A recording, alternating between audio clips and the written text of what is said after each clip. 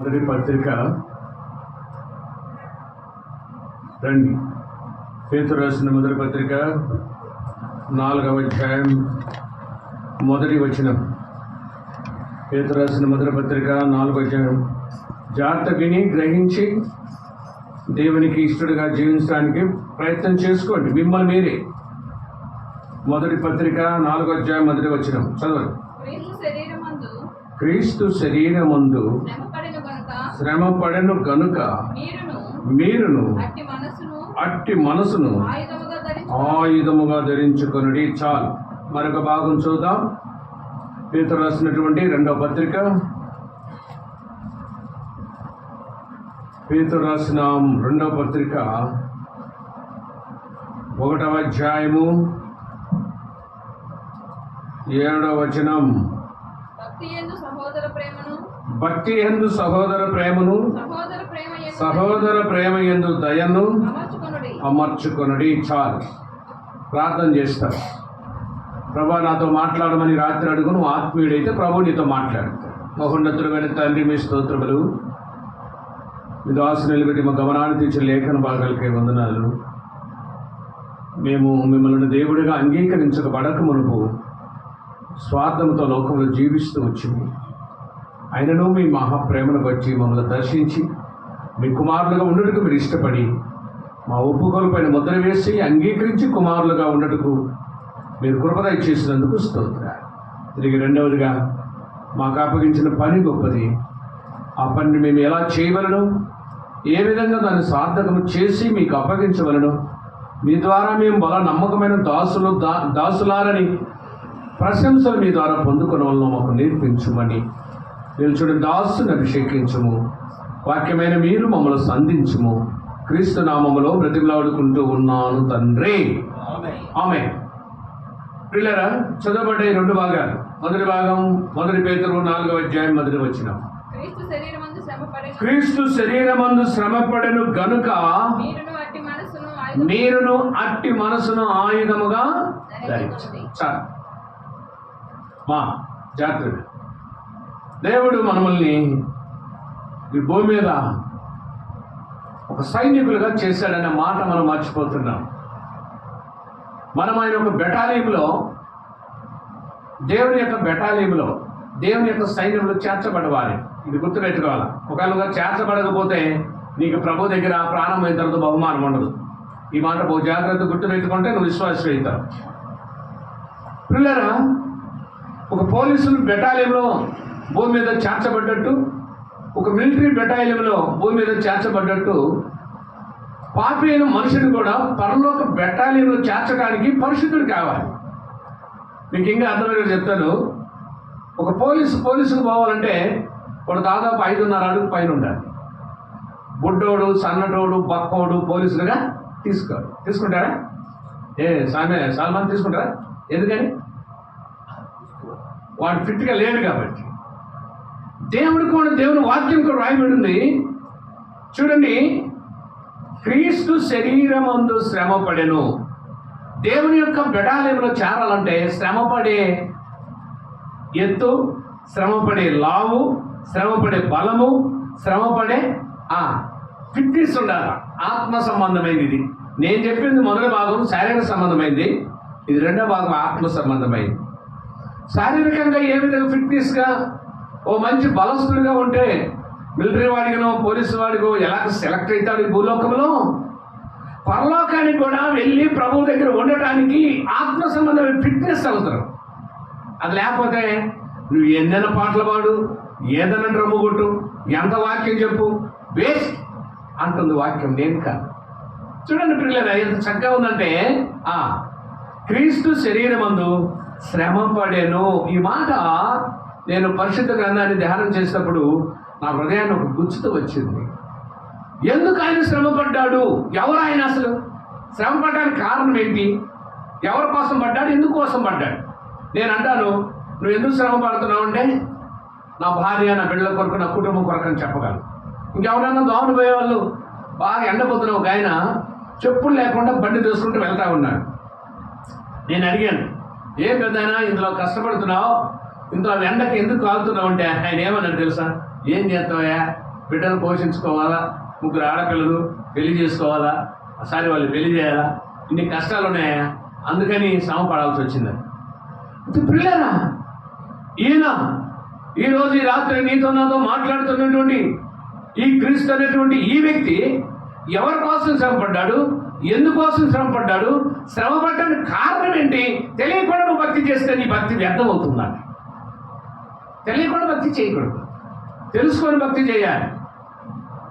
99లో నేను మర్చట్లపాలెం వెళ్ళినప్పుడు శూన్యం, ఇక్కడన్నా కరెంట్ ఉంది, ఈరోజు అక్కడ ఇల్లు పడుతున్నాయి, రోడ్డు పక్కనే, అది కూడా రోడ్డు ప్రక్కనే, అయినా కానీ ఆ దినాలలో ఏమీ లేదు. నేను అక్కడ మట్టి తోలిస్తూ రాత్రిలో ఆ ట్రిప్పర్లు వచ్చి టీ తాగడానికి, అప్పుడు కోరి లోపలికి వెళ్ళలేదు, పైన మట్టి తీసి పడేస్తున్నటువంటి దినాలని. ఆ మట్టి తోలినప్పుడు వాళ్ళు ఏం చేస్తారంటే ఆ డబ్బుల మీద పడేయాల్సింది, ఎవరన్నా 5-10 ఇస్తారని చెప్పి ఆ టీ తాగడానికి వస్తూ టిప్పర్ వేసుకొని వచ్చేవాళ్ళు బాగా 12 దాటిన తర్వాత. నేను అక్కడ బస్ స్టాండ్లో 2 టీ కొట్లు ఉంటాయి నైట్, ఆ టీ కొట్ల దగ్గర కూర్చుంటాను. అక్కడ మాలాద్రని ఆయన దగ్గర కూర్చొని వ్యవహారం చేస్తూ ఉంటే లారీ వస్తుంది. లారీ రాగానే టీ అబ్బాయి వచ్చినప్పుడు ఈ మాలాద్రి అడుగుతాడు, మట్టిస్తూ ఉంటా అబ్బాయి అని. ఇస్తా సార్ అంటే, ఇది ఆయన తోటి పోవంటే, నేను ఫస్ట్ మట్టి తోలించింది 30 రూపాయలు, ఒక లారీ మట్టి 30 రూపాయలు, లాస్ట్కు 90 రూపాయల వరకు తోలించాను. దాదాపు ఎన్ని లారీలు తోలించుంటానంటే ఒక 500 లారీలు తోలించుంటాను. అంటే ఇద్దరు మనుషుల్లో గుంత కదా అదంతా. అలాగా కష్టపడితేనే ఫలం ఉంటుందనేది నువ్వు గమనించాలి. కష్టపడకపోతే నీకు ఫలం ఉండదు. ఒక చెట్టు ఫలం కాయాలంటే వేరు లోపలికి వెళ్ళాలి, కొమ్మ పైకి సాగాలి, లేకపోతే కాయలు ఎట్లా వస్తాయండి? ఇప్పుడు అది వంకాయ చెట్టు ఉంది మన మందిరం ముందు, దాని వేరు చూడండి లోపలికి వెళ్ళి ఉంటుంది, కొమ్మలు పైకి పెరిగినాయి. వేరు లోపల పోవాలంటే దానికి చాలా అవసరం ఉంది. దానికి నాటేవాడు కావాలి, లోపల ఉన్నటువంటి బండను బయటికి వేసేవాడు కావాలి, త్రవ్వాలి, పాదు చెయ్యాలి, ఎరువు వేయాలి, నీరు పొయ్యాలి, కంచె వేయాలి. ఇవన్నీ చేస్తేనే అది ఫలం వస్తుంది. నీ ఆత్మీయ జీవితంలో కూడా అలాంటి ఫలం రావాలంటే నువ్వేం పడాలి అని ప్రభు సెలవిస్తానంటే శ్రమ పడాలి. ఇది పరిచర్య అంటారు. దీన్ని పని లేక పరిచర్య, శ్రమ పడటం, కష్టపడటం, శుభ్రం చేయటం, ఇవన్నీ ఒక భాగాలు. కనుక దేవుని యొక్క పరిచర్య కూడా, ఆయన దేవుడై ఉండి భూలోకానికి మానవుడిగా వచ్చి, ఆయన పేరు యేసుక్రీస్తు ప్రభు అని మనందరికీ తెలుసు. ఆయన ఏం చేశాడంటే శ్రమ పడ్డాడంట. అసలు ఈ మాట మనం చాలా రోజు గమనించాలి. రాత్రి నువ్వు ఎవరి కోసం శ్రమ పడుతున్నావు? నీ భార్య బిడ్డల కోసం. నువ్వు ఎవరి కోసం శ్రమ పడుతున్నావు? నీ కుటుంబం కొరకు. నువ్వు ఎవరి కోసం శ్రమ పడుతున్నావు? నీ ఊర్లో అందరికంటే గొప్పగా ఉండాలని చెప్పి పేరు ప్రఖ్యాతుల కోసం శ్రమ పడుతున్నావు. మరి ఎవరి కోసం శ్రమ పడ్డాడు? ఏం పేరు కావాలి? ఎవరికి పేరంతా ఆయనదే కదా. అదే కదా మనం ఏందో చదివాం. నీ పేరేంటంటే ఏం పేరంటే ఆయన పేరు. ఏం పేరమ్మా? ఏం నాకు వాక్యం అన్నావు చెప్పు. ఏం పేరు? అయితే వాక్యం ఏం పేరు? అన్నవాడు, ఉన్నవాడు. చదవండి అన్నమాట. రండి ప్రకటన గ్రంథం. అసలు ఆయన పేరు చూడండి ఎంత బాగుంది. ఇక్కడ ప్రకటన గ్రంథము 21వ అధ్యాయం, 22వ అధ్యాయం చదువు. 13వ వచనం. 22:13. నేనే అల్పయు ఓమేగయు, మొదటివాడును కడపడవాడును, ఆదియును అంతమునై ఉన్నాను. నేను చెప్పగలవా ఆయన పేరేంటో? ఆయనంట శ్రమపడడానికి వచ్చాడట. నేనే ఏ పేరంట అమ్మచ్చదు? నేనే అల్పయు. అల్ప అంటే అల్పానుగా ఇక ఏమీ లేనట్టుగా సమస్తమును ఉన్నట్టుగా ఉండేవాడు. అల్పానుగా కన్నులు కనపడింది సమస్తమును చేసినవాడు, చూపించినవాడు, కనపరిచినవాడు, కన్నులు కట్టినట్టుగా కనపడటానికి, ఆకారం ఉండటానికి కారణభూతుడైన వాడు. అల్ప ఓమేగనగా భూమి ఆకాశం సృష్టించడానికి పూర్వం ఉన్నవాడు, అనువాడు, ఉన్నవాడు అని అర్థం. అల్ప ఓమేగా వర్తమాన భూత భవిష్యత్తు కాలంలో ఉన్నవాడు, ఆనాడు ఉన్నవాడు, ఇప్పుడుంటున్నవాడు, ఇకబోయే కాలంలో కూడా ఉండేవాడు. ఆయన పేరది. దేవునికి ఎన్ని పేర్లు ఉన్నాయో తెలుసా? అంత గొప్ప దేవుడు.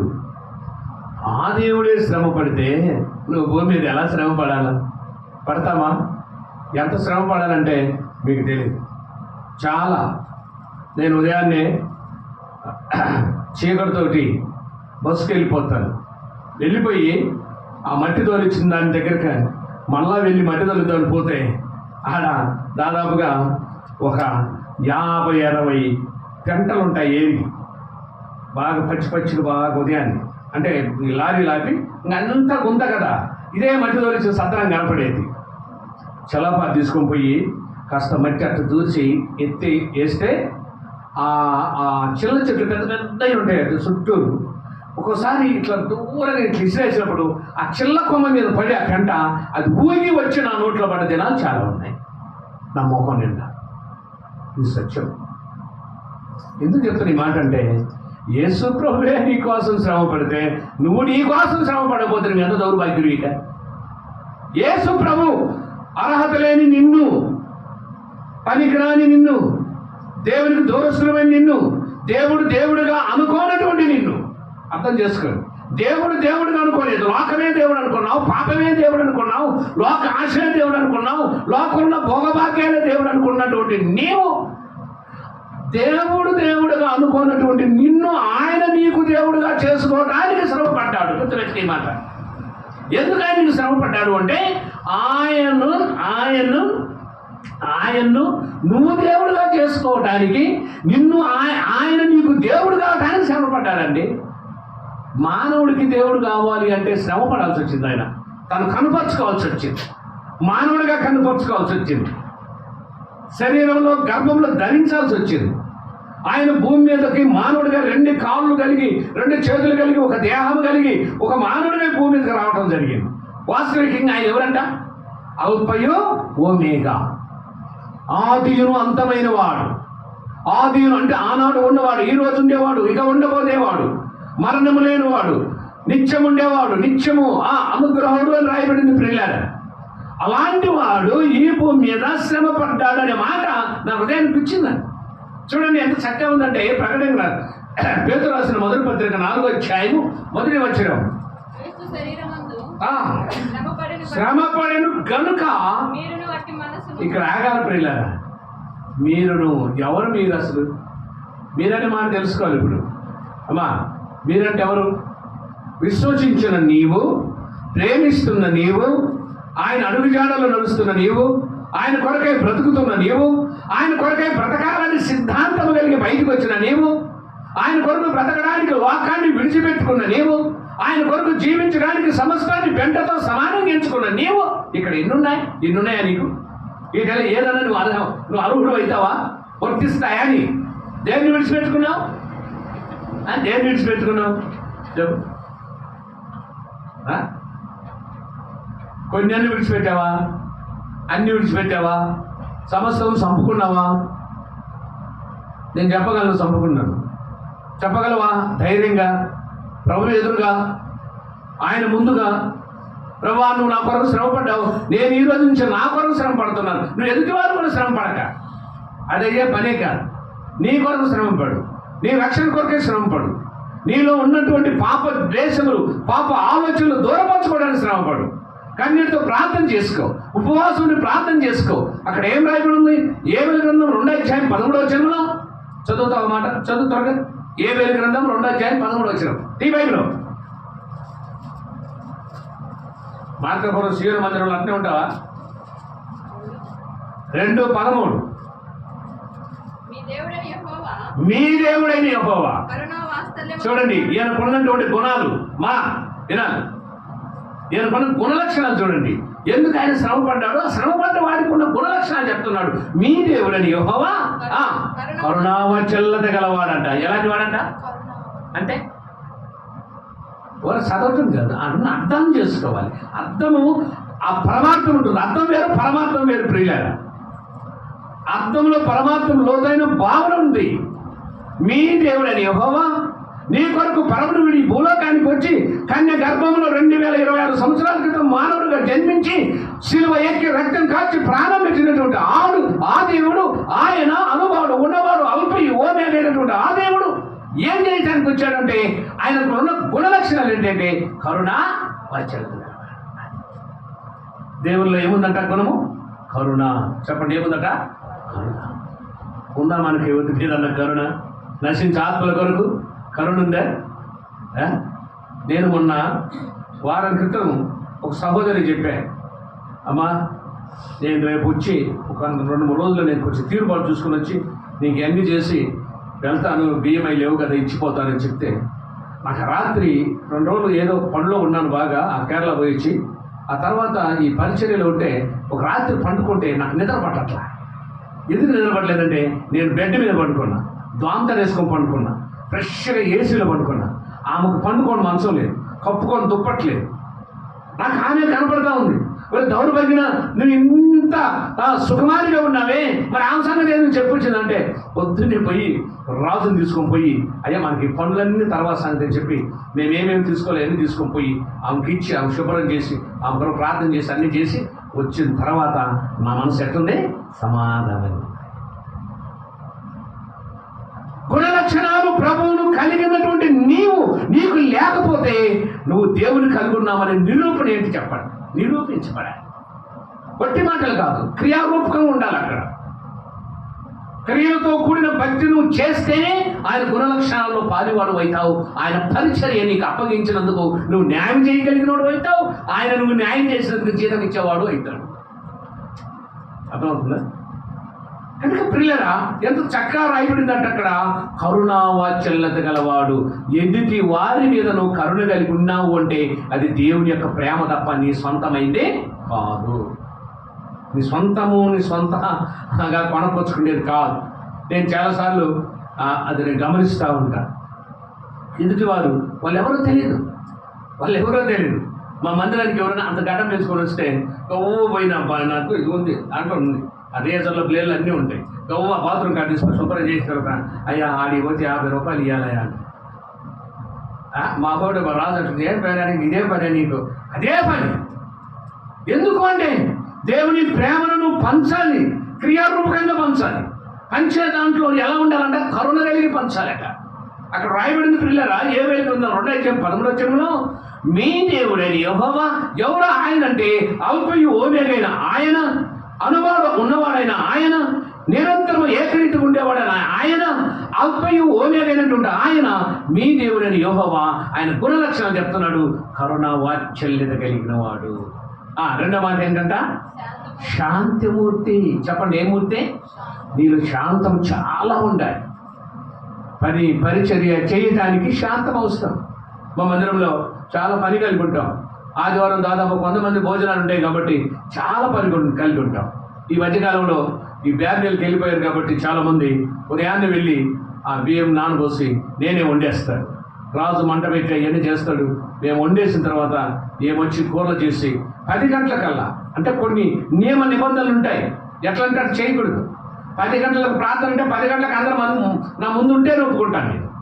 నువ్వు ఎంతంటే ఆశమాశగా నువ్వు తిరిగి వచ్చి 11కి వస్తాను 12కి వస్తాను నేను అన్నం వండుతాను, నువ్వు అన్ఫిట్, పనికి రావు. నువ్వు ఆ పనికి నియమించబడిన వాడివి కావు. అలా చెప్తాను నేను. 10 గంటలకల్లా కూర్చోవాలా, 1:30 దాకా మందిరంలో ఉండాలి, 1:30 ప్రార్థన అయిన తర్వాత 2 గంటలకు అందరూ కింద దిగాలి, కిందకి అందరూ భోజనం చేయాలి. భోజనం చేసిన తర్వాత నీకు అప్పగించిన పని కరెక్ట్ చేయాలి. అన్నం వండించాలి, అన్నం వండియాలి, నీళ్ళు పోసి నీళ్ళు పోయాలి, ప్లేట్లు కడగాలి. సమస్తములు చేసి చక్కగా 3 గంటలు ముగించుకొని ఎవరి వాళ్ళు వెళ్ళిపోవాలి. అలాంటి ఒక నియమ నిబంధనలు కలిగి ఉన్నప్పుడే దేవుడు నీ పనిని, నీ పరిచర్యను, నీ గృహాన్ని, నీ దేహాన్ని ఆస్వాదిస్తాడు. వారిని ఆస్వాదించలేదు. ఒకవేళ వాటి ఆస్వాదించబడుతున్నాం అనుకుంటే అది ఉంటుంది. ఎందుకంటే వాక్యం చెప్తుంది, ఆయన కరుణావాత్సల్యత గలవాడు, శాంతమూర్తియు, అత్యంత అధికమైన కృప కలిగిన వాడు అంట. ఎంత కృప అండి?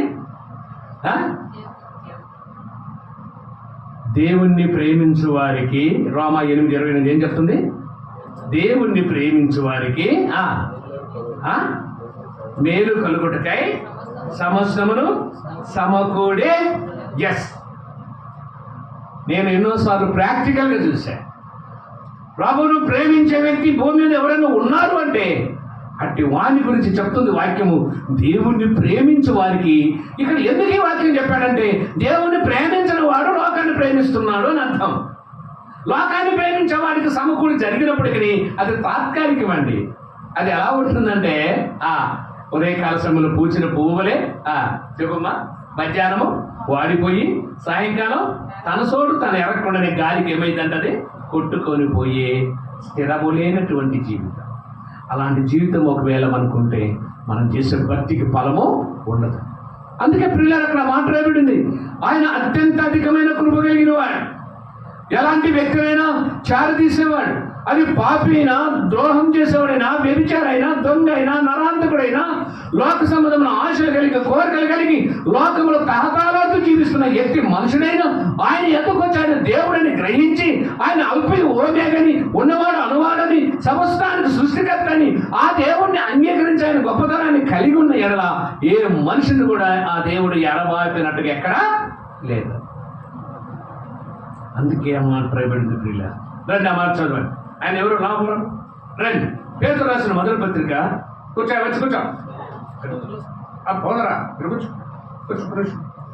పేతురు రాసిన మొదటి పత్రిక 4వ అధ్యాయం 2వ వచనం. మొదటి వచనం చదవండి. క్రీస్తు శరీరమందు శ్రమపడును గనుక మీరు అట్టి మనసును ఏముండాలంట మన దగ్గర? ఆ మనసు ఎట్లుండాలా? బాగా నీకు ఇంకా వాక్యం ఎట్లా ఎట్లుండాలా? మనసు కాదు, ఆ మనసు ఎట్లుండాలా? పదునుతో ఉండాలా. ఆయుధం అంటే మొద్దుది కాదా, పదునుండాలి ఆయుధానికి. మా మందిరంలో చాలా కత్తులు ఉంటాయి, ఏదేదో కోస్తా ఉంటారు పిల్లలు. అప్పుడప్పుడు ఆ పండ మీద ఏం చేయాలో అని ఏమయ్యా నోరాలి. నోరకపోతే ఏమైతే పొద్దున్న ఒకడు వస్తాడు, ఏమని పాతన పులిగడలో అని పాతనకి ఏ పడతారు. నీ జీవితం కూడా అంతే. సగంత్రంలో ప్రార్థన వాళ్ళు పెట్టిపోయిన ఒక పాతిన 3 అవుతుంది. చివరి దాకా బాగా పదును పెట్టాలి. దాన్ని ఆయుధముగా ధరించాలి. పదును కలిగిన ఆయుధం, ఎదుటి వారిని పొడవగలిగినటువంటి ఆయుధం. పొడవటం అంటే కత్తి కదండి, వాక్యం.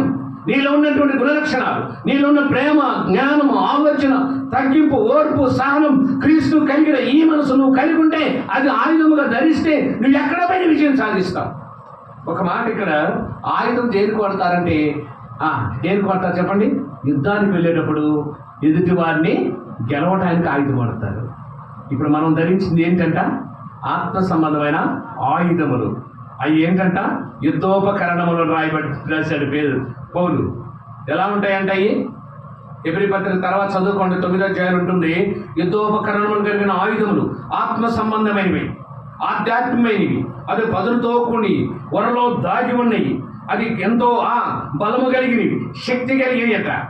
అదే ప్రార్థన, ఉపవాసం, ప్రభుతో కూడినటువంటి దైవం లక్షణం, ప్రభుతో ఉండాల్సినటువంటి భాగ్యం, ప్రభువును ఎడతెగక నిత్యం హృదయంలో ధూపం వేసినటువంటి జీవితం, ఉదయ సాయంకాల సమయంలో దేవునితో ఉన్న సహవాసం. మనం అందరికీ చెప్తాం కదా, దావీదు రోజుకి ఎన్నిసార్లు ప్రార్థన చేశాడంట? ఎన్నిసార్లమ్మా? పెద్ద చెప్పా నోడలేదు, 7 మార్లు చేశాడుగా. దావీదు 14 సార్లు చేస్తే నీకు వచ్చేది ఏంటి? దావీదు 7 సార్లు కాదు, 14 సార్లు చేసి నీకు వచ్చింది ఏంటి? వెనక రోజుల్లో ఆమె ఎవరు ఇల్లు తిరుగుతూ ఉందంట. పొద్దున్నే పోయి మధ్య తీసుకొని ముంత తీసుకొని, అప్పుడు ముంతలు ఉండేయండి. ఏమంటుందంట పోయి, మా తోడికోళ్ళ అబ్బగారికి దొడ్డెడావులు ఉన్నాయి అంటదట. ఏంటి మధ్యకు వచ్చింది, మధ్య కడగాలి కానీ వాళ్ళ తోడికోళ్ళ అబ్బగారికి దొడ్డెడావులు ఉంటే ఏం పోతుందా? వాటి ఏమైనా పంచకమని వస్తాయి, నీకు రాదు కదా. దావీదు 7 సార్లు ప్రార్థన చేస్తే నీకు వచ్చిందేమి? నువ్వు ఎన్నిసార్లు ప్రార్థన చేయగలుగుతున్నావు? ఎన్నిసార్లు ప్రార్థించగలుగుతున్నావు? ఎంత దావీదు వలె దీన మనసు కలిగి ఉన్నావు? దావీదు వలె క్షమాపణ కలిగి హృదయం కలిగి ఉన్నావు? దావీదు వలె కన్నీటి ప్రార్థన కలిగి ఉన్నావు? దావీదు వలె ఉపవాస ప్రార్థన కలిగి ఉన్నావు? దావీదు వలె ఇచ్చే యోధులుగా ఉన్నావా? లేకపోతే నువ్వు ఎన్నిసార్లు ప్రార్థన చేసినట్టు లక్షణాలు అంటారు వీటిని. అందుకే రాయబడింది ప్రియులారా, ఆయుధముగా ధరించి చదువు.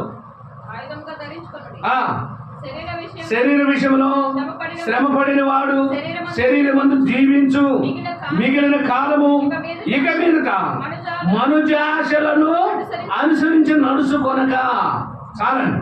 ఇక మీదట ఒకప్పుడు శరీరంగా నివసించావు, శారీరకంగా బ్రతికావు, శారీరకంగా ఇంకా చాలా చెప్పాలి. ఎట్లా శారీరకంగా అంటే ఎట్లా? కొత్తగా పెళ్ళి అయిందంట ఆమెకి. కొత్తగా పెళ్ళి అయితే వాళ్ళ అక్క నీళ్ళు పోసుకొని పోతా ఈ చెవలు కమ్మలు ఇవన్నీ తీసి బాగా ఆ టేబుల్ తెచ్చేసి స్నానానికి పోయిందంట. ఆ బజార్లో ఒకడికి కొత్తగా పెళ్ళయిందంట. ఆడు కూడా స్నానానికి పోతుంది అని ఈ ఉంగరాలన్నీ తీసి ఆ టేబుల్ మీద పోయాడంట. నాయకటోడి తమ్ముడంట ఈ ఉంగరాలన్నీ ఇటు పెట్టుకొని వాళ్ళ అన్న నీళ్ళు పోసుకొని వచ్చేలేకి బజార్కి వెళ్ళాడంట. ఏమి కూడా అంట, ఎవరు ఈ నీళ్ళు పోసుకొని పోయింది కదా అక్క, ఈ చెల్లి అంట ఇవన్నీ పెట్టుకొని ఆ రోడ్లో కూర్చొని ఉందంట. కూర్చొని అంట్లు తోముతా ఉందట. అంట్లు తోముతా ఉంటే ఆ బజార్ నుంచి వచ్చినటువంటి వాడు అడుగుతున్నాడంట, బాయ్ మా బరిదోడు ఇటు వచ్చింది, ఇటుగాని పోయిందా అంటుందంట. ఇగ్నరాలు చూపించడానికి ఏదట ఏమన్నా ఇంటికాని ఏం పోయిందంటే ఆమంటుందంట ఈ గుట్లో కో చూపించడానికి. ఏదో నాకు తెలియదు అంటదంట. ఏంటంట నీ భక్తి ఎట్టుంది ఒకసారి పరీక్షించుకో. మనుజాశల వల్ల చదువు మా మాట. పేతురు రాసిన మొదటి పత్రిక 4వ అధ్యాయం 2వ వచనం. ఇక మీదట జాగ్రత్త, ఇక మీదట మనుజాశల వలె అనుసరించి నడుచుకొని, ఇక మీదట ఈ మాట మనకు అండర్లైన్ చేసి పెట్టుకోవాలి మన ఆత్మలో. ఇక మీదట అంటే ఒకప్పట్లో ఏంటి, మనుషుల వలె అందరి వలె గోర్లకు పెట్టుకున్నావు, ముగ్గు వేసలు పెట్టుకున్నావు, కమ్మలు పెట్టుకున్నావు, గొలుసులు వేసుకున్నావు, గజగజలాడించావు, గలగల్లాడించావు, నాకు పాక బాగుందని రాయికి బాగుంది చూపించావు. ఇక మీద అట్టుంటే నీకు దేవుడు ఆయన దేవుడే కాదు, అంతే. దేవుడని ఎట్ట అనుకుంటావు? ఆయన అల్పయు ఓమేగా, అనువాడు ఉన్నవాడు. అల్పయు ఓమేగా అంటే పిల్లలు ఆనాటి నుంచి నేటి వరకు ఏకరీతిగా ఉన్నవాడు. వినా, ఏకరీతిగా ఉన్నవాడు, చూస్తున్నవాడు, కళ్ళు మూసుకునేవాడు కాదు, ఆయన చెవులు మందం కాలేదు.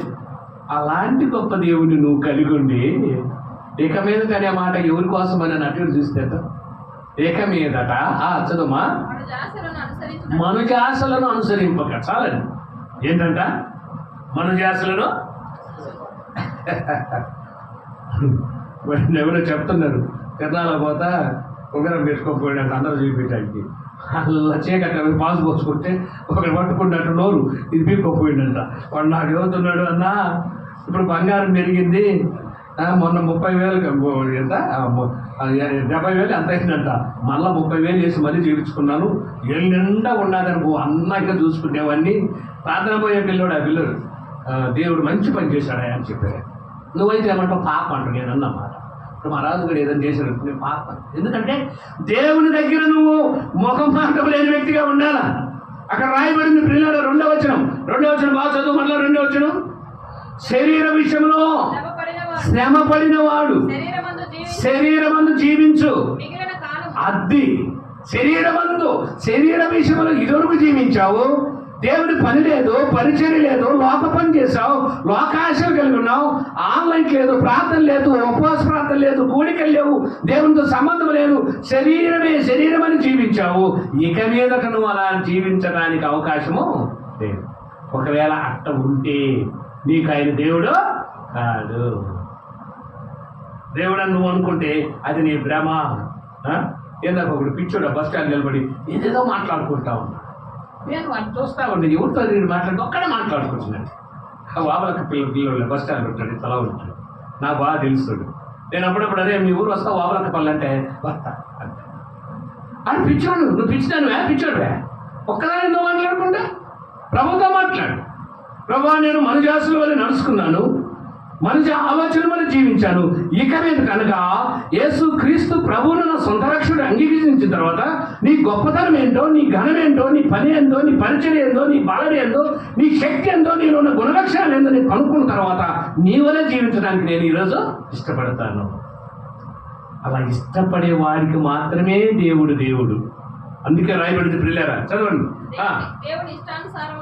దేవుని ఇష్టానుసారముగానే నడుచుకున్నట్లు మన చదువు. దేవుని ఇష్టానుసారముగానే నడుచుకున్నట్లు. ఎట్లా నడుచుకోవాలంట మనం? ఎట్లా నడుచుకోవాలా? ఒక అబ్బాయికి ఒక అమ్మాయికి తగాదు వచ్చింది, భార్య భర్తలకి. నన్ను పిలిచారు పెద్ద మనిషిగా, మీరు రండి సార్, మాకేం అలివి కావట్లేదు, ఇల్లు కొంచెం చదువుగా అంటే పోయా. అసలు కథ ఏంటని మొదలెత్తే. ఎందుకు రాని ఇద్దరు దూరం ఉంటున్నారు, ఏంటి కథ అంటే, ఏం లేదు సార్, అలా ప్లేట్ ఉందనుకో తీయమన్ననుకో తీయదు, లేకపోతే అలాగా బట్టలు ఉన్నాయి అనుకో ఆడే ఉంచుద్ది, చేయదు. అందుకని నేను ఏదనంటే నాకు మా ఇద్దరు తగాదు సార్, నుంచి ఎత్తుకుంటుంది. ఏమా నువ్వు భర్త చెప్పినట్టు ఎందుకను అంటే ఆమంటది నేను ఆయన కూడా చేయను సార్. ఇప్పుడు మళ్ళా నేను పెళ్లిళ్ళు చేసే వాక్యం చెప్పాల్సి వచ్చా. అది కాదు ఈ 2 అధ్యాయం 18 వచ్చింది చెప్పి అప్పుడు మళ్ళీ ఎఫెసీ పత్రిక 5వ అధ్యాయం 20, 21, 25 వచనాలు చెబితే అప్పుడు సప్పబడిన తర్వాత ఇప్పుడు కాపురం చేసి 2 పిల్లలు కన్నారులే. ఎందుకు చెప్తున్న పిల్లలంటే నీవు నీ ఇష్టానుసారంగా నడుచుకోవడానికి వీలు లేదు. నీకెవరున్నారు? ఒక భర్త ఉన్నాడు. ఆయనే పరలోకపు భర్త. యెషయా గ్రంథం 54వ అధ్యాయం 5వ వచనములో నిన్ను సృజించిన వాడు నీకు పరలోకపు భర్త. ఆయన మాట వినాలి. ఆయన మాట వింటే నీకు సమస్తాలు జరుగుతాడట. చదవండి తర్వాత యెషయా 54 చదువుకోండి. ఆయన పరలోకపు భర్తట. నిన్ను ఆభరణములతో అలంకరింపజేస్తాడట. అనేకమైన రీతులుగా నిన్ను శోభాయుతురాలుగా చేస్తాడట. ఈ ఆత్మ సంబంధమైన నేను చెప్పేది. కనుక ప్రియమైన దేవుని బిడ్డలారా, దేవునితో మనం సంబంధం పెట్టుకోవాలంటే మనం ఎట్లుండాలంట? చదువు మాట. దేవునికి ఇష్టానుసారముగా నడుచుకున్నట్లు పాపము జోలికి ఇక మీదట ఏం చేయకూడదట? దేని జోలి బాగుడదు? అయ్యా రాజు చెప్పమ్మా, దేని జోలి బాగుడదు? ఎట్టుంటది? ఎట్టండి దాని జోలి ఇప్పుడు కుక్క ఉంది. కుక్క జోలి పోతే ఏం చేస్తాయి? ఏమని చెప్పు? ముద్దు పెట్టుకుంటుందా? ఖచ్చితంగా తెలుసు. పాము జోలి పోతే కదా, మరి దాని జోలి పోవటం దాంతో కనిపించుకోవటం ఎందుకు? పాపం జోలి పోవాలంటే పోయి పట్టుకుంటావు. అది నేనేం చేస్తా? పట్టుకుంది. కుక్క పట్టుకుంటే విడిచిపెట్టుద్ది, పాము పట్టుకుంటే విడిచిపెట్టుద్ది. పాము కలిసినోడు బతికాడు, కుక్క కలిసినోడు బతికాడు, పాపం కలిసినోడు భూమి మీద బతికినట్టుగా బైబిల్లో రాయబడలేదు. పాపం అంట పట్టుకుంటే సచ్చిందాక విడిచిపెట్టదంట. పాతాళము నోరు తెలుసుకొని ఉందంట పాపం చేయవాన్ని పట్టుకోవటానికి. తెలుసా? పాపం చేయడానికి పట్టుకోవటానికి పాపం చేసేవాడిని పట్టుకోవటానికి పాతాళం అంట నోరు తెలుసుకొని ఉందంట. పాపం చేసుకుని పట్టుకొని అందులో నాకు అని అది ఎడతెరిపి లేకుండా కొట్టుకుంటా ఉంటుంది అంట, పిలుస్తూ ఉంటుంది. ఎప్పుడే వాక్యం చెప్పాను నిన్న కదా, పాతాళానికి ఏం లేదట, అంతము లేదు. అట్ట కూడా కదా, అక్కడ రాయబడింది పాతాళమట. సామెతల గ్రంథములు కామాల చదువు సామెతల గ్రంథం 30 వచ్చాయి చూడు. సామెతల పుస్తకం పాతాళం ఎలా ఉందో 30 అధ్యాయము 16 వచ్చాడు.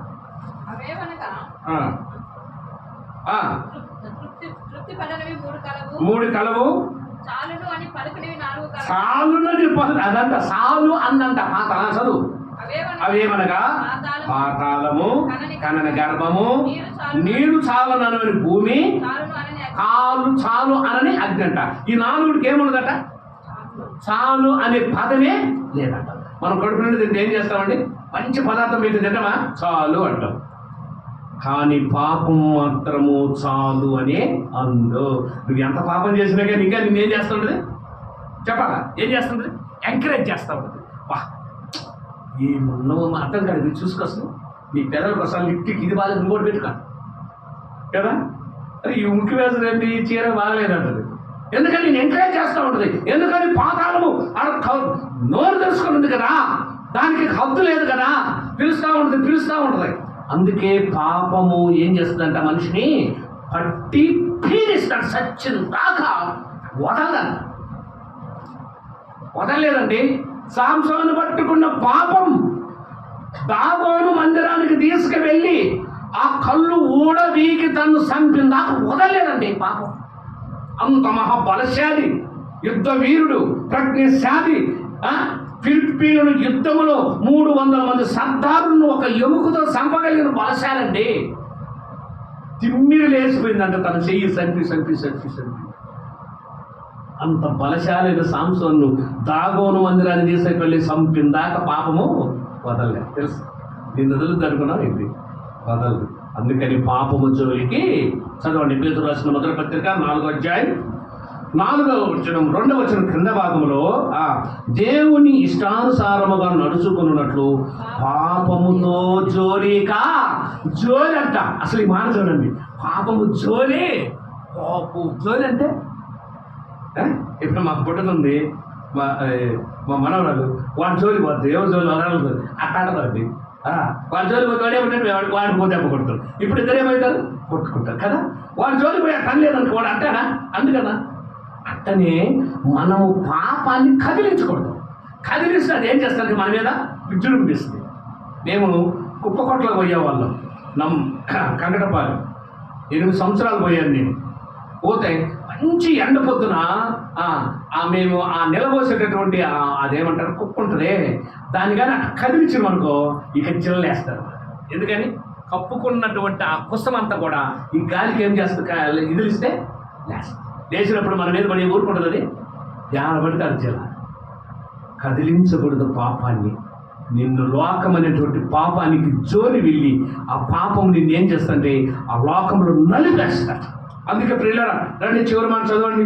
పేతురు రాసిన మొదటి పత్రిక 5వ అధ్యాయము 5వ వచనం. చిన్నపిల్లలారా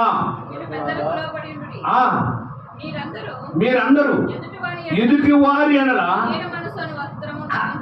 ఈ మాట చాలండి. మనకి ఏ వస్త్రం ధరించుకోవాలంట, ఏ వస్త్రం అండి, దీన మనసుని వస్త్రం ఉంటుందంట. అది ఏ కోట్లో చెప్పుద్దామా, ఏ షాపులో చెప్పుద్దామా, నోట్లో చెప్పుద్దా చేశారు. నేను మన కేరళ వెళ్ళా. కేరళలో ఏదన్నా ఒక మంచి బట్ట తెద్దాము, వైట్ బట్ట మందిరానికి అని చెప్పి చాలా దిక్కలు తిరిగాము. అంటే పెద్ద పెద్ద చర్చెస్ ఉన్నాయి ఇక్కడ. వెళ్ళినప్పుడు ఎక్కడ చిక్కట్లే. ఎందుకంటే మంచి వస్త్రం కావాలి మనకు, మందిరంలో గుర్తుంటుందని నాకు ఆశ. దీన మనసుని వస్త్రము మనకు అవసరం అంట. ఆ దీన మనసుని వస్త్రం ధరించిన వాడి భూమి మీద ఎవరంట, పరలోకపు దేవుడైనా ప్రభువైనా యేసుక్రీస్తు. అది ఆయన దగ్గర దిక్కుద్ది, ఆయన కొట్లో దిక్కుద్ది, ఆయన కంపెనీలో తయారైంది. ఆయన కంపెనీకి మనం వెళ్ళాలంటే ఏం చేయాలా, దీనులమై వెళ్ళాలి. అలాంటి గొప్ప దేవుడు అండి. దీన మనసును వస్త్రం ధరించుకుంటే నువ్వేం చేస్తావు, పరిచర్య చేస్తావు, పని చేస్తావు, అనేకులకు మాదిరిగా ఉంటావు. చదవండి, ఆ మాట కూడా చదవండి. రండి, పై భాగం 3వ వచనం. మీకు అప్పగించబడిన వారిపై ప్రభువులైనట్టుగా ఉండక మందకు మాదిరిగా ఉండుడి. ఈ దీన మనసులు కలిగిన వాడు ఎట్లుంటాడంట, అయ్యా మీరు ఎట్లుంటాడంట, మాదిరిగా ఉంటాడంట. మందకు ఎట్లుంటాడు, మాదిరిగా. అది చాలా విషయాలు ఉన్నాయి, నేను చెప్పడానికి సమయం లేదండి. మందకు మాదిరి కాపరి ఉండాలి. కాపరి అంటే అర్థం ఏంటంటే మందను మేపువాడు, మందను సంరక్షించేవాడు, మందకు మేత వేయవాడు, మందకు నీరు పెట్టేవాడు. ఎండైనా, శ్రమ అయినా, కష్టమైన, గాలి అయినా. ఇప్పుడు మందలు వస్తాయి చూడండి, ఇప్పుడు రావట్లేదండి. మేము చిన్నప్పుడు కరువు కాలంలో ఆ పరమటోళ్ళు ఇక్కడికి పోతా ఉండేవాళ్ళు, ఇటు దర్శకెళ్ళి పెద్ద పెద్ద మందలు తోలుకొని, మేకలు గొర్రెలు తోలుకొని. వాళ్ళు పోయి నెలలు ఉంటారంట. భార్యలు, బిడ్డలు, కుటుంబాలు విడిచిపెట్టి ఈ మందలు మేపడానికి వారు రాత్రి పగలు క్రింద పండుకొని, మట్టిలో పండుకొని, గాలికి ఎండిపోయి, ఎండకి ఎండిపోయి, గాలికి మరి వడగాలకు తడిసిపోయి వాళ్ళ శరీరం అంతా నల్లగా అయిపోయి ఆ కాళ్ళు కూడా ఇలాగే సన్నగా అయిపోతాయి. అలాగైపోతే మంద ఏమవుతుంది, అభివృద్ధి అవుతుంది. మనం బాగా ఫ్రెష్గా మందిరంలో ఇంట్లో పడుకొని వేసుకోవాలంటే మంద జరగదు, పిల్లలు పెట్టదు. మందకు మాదిరిగా ఉండాలి. ఆ చదువుమా. మందకు మాదిరిలై ప్రధాన కాపరి ప్రత్యక్షమైనప్పుడు మీరు వాడవారిని మహిమ కిరీటము పొందుదురు. అది మిమ్మల్ని వదిలిపెట్టడు. నువ్వు అబ్బాయి సన్నగైపోయానే, నీకు 6 నెలలు మా మందిరం పైన కట్టినప్పుడు 6 నెలలు నేను ఈమె ఎట్లున్నామంటే అసలు మాదిరి కాదు కదా, ఆ బేల్దారుల కంటే అద్దుమానం అయిపోయాం. మా బట్టలు వేరు, మా శరీర సౌందర్యం వేరు, కాలిపోయినాయి. రాత్రి మగులు చేస్తాం. సోదరుడు సాల్మాన్ రాజు వాళ్ళు రాత్రి మగులు పని చేశారు. ఎవరికి అప్పగించిన పని. రాత్రిలో సాల్మాన్ అయితే రాత్రిలో ఇసుకంతా మోసిపెట్టేవాడు, మేము పోయలేడు. కింద నుంచి పైకి ఇసుక మోసిపెడితే ఉదయాన్నే పోయి పని పెట్టేవాడు. ఉదయం పోయి నేను బట్టలు వేసుకుంటే రాత్రి 10 గంటల దాకా పనిచేస్తాం. కనుక పిల్లల ఆ మాదిరి అనేది దేవుడు నీకు ఇవ్వబోయేటటువంటి అత్యుత్తమ బహుమానం ఏంటంట. చదువమ్మా, అమర్ చదువు. వాడబారని. ఏ కిరీటం అంటే వాడబారని మహిమ కిరీటం ఇస్తారు ప్రభు. ఆ కిరీటం మనం పొందుకోవాలి, మనం పెట్టుకోవాలని ఆశ ఉంటే మనం ఏం చేయాలి? ఇప్పుడు పేతురు రాసిన మొదటి పత్రిక 4వ అధ్యాయం 1వ వచనం, క్రీస్తు శరీరమందు శ్రమపడిన కనుక మీరు అట్టి మనసును కలిగి ఉంటేనే వాడబారని మహిమ కిరీటం నీకు. నువ్వు 6 నెలలు ట్రైనింగ్ పీరియడ్ అయిపోయిన తర్వాత 15 సంవత్సరాలు నువ్వు జాగ్రత్తగా మిలిటరీ చేసిన తర్వాత ఇంటికి వచ్చి ఫ్రెష్గా అందరూ కాలి పొడుచుకుంటూ పైన చిరిగిపోయిన బట్టలు వేసుకొని చెప్పులు తెగిపోయి వేసుకొని పోతుంటే మా పెద్ద నేల కూర్చొని తెలుసా, కాలు మీద కాలు వేసుకొని సిగరెట్ తాగుతా ఆ చెట్టు కింద కూర్చుంటే మా ఊళ్ళో అందరూ పోతానేవాళ్ళు. ఏం పెద్ద నీకేమయ్యా మహారాజు అని. ఓరికి వచ్చింది ఆయనకి 6 నెలలు రాత్రి ఆయన ఏడ్చేవాడు నాకు చెప్తూ, నేను పడ్డ బాధ అంతేంత కాదు అని. 15 సంవత్సరాలు మిలిటరీలో ఎన్నో శ్రమలు పడ్డానని చెప్పాడు. ఇప్పుడు ఎంత వస్తాయి ఆయనకి? 40,000 వస్తాయి. ఇప్పుడు కాలు మీద కాలేసుకుని చదువుతాడండి. నేను పన్ను 6 నెలలు కష్టం అంటే అవుట్. కనుక ఈ భూమి మీద నువ్వు శ్రమ పట్టడం నేర్చుకో, కష్టపడటం నేర్చుకో, మాదిరిగా ఉండటం నేర్చుకో, మౌనంగా ఉండటం నేర్చుకో. ప్రధాన కాపరి ప్రత్యక్షతం అవుతాడని చెప్పి గ్రహింపు కలిగి ఆయన ఎదురుగా నీ ముందు ఉంచబడి ఆ బహుమానం కొరకు ఓపికగా సహనంగా పరిగెత్తడానికి నేర్చుకో. అప్పుడు నువ్వు ఉన్నతమైన స్థానానికి వెళ్తావు. అది నువ్వైనా నేనని భూమి మీద ఎవరైనా. అట్టి పాత్ర మనం ధరించాం, గుర్తుపెట్టుకోవాలి.